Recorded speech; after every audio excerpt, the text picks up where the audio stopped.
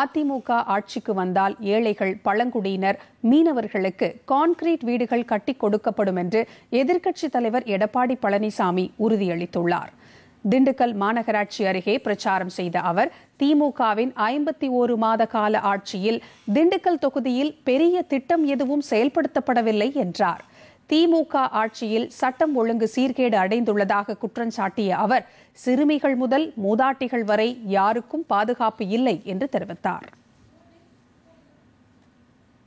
கல்வியிலே புரட்சி மறுமலர்ச்சி ஏற்படுத்தி இந்திய அளவில், தேசிய அளவில் 2019-20 உயர்கல்வி படிப்பதில் முதல் மாநிலம் தமிழ்நாடு. அம்மா அவர்கள் தமிழகத்துடைய முதலமைச்சர் பொறுப்பேற்கின்ற பொழுது 2011 132 பேர் தான் பட்டப்படி படிச்சுட்டு இருந்தாங்க, உயர்கல்வி படிச்சுட்டு இருந்தாங்க. அம்மா எடுத்த முயற்சி, அம்மாவுக்கு கல்வியில புரட்சி மறுமலர்ச்சி, அதிக நிதி ஒதுக்கீடு, இதன் மூலமா இன்றைக்கு கல்வியில பெரிய வளர்ச்சி.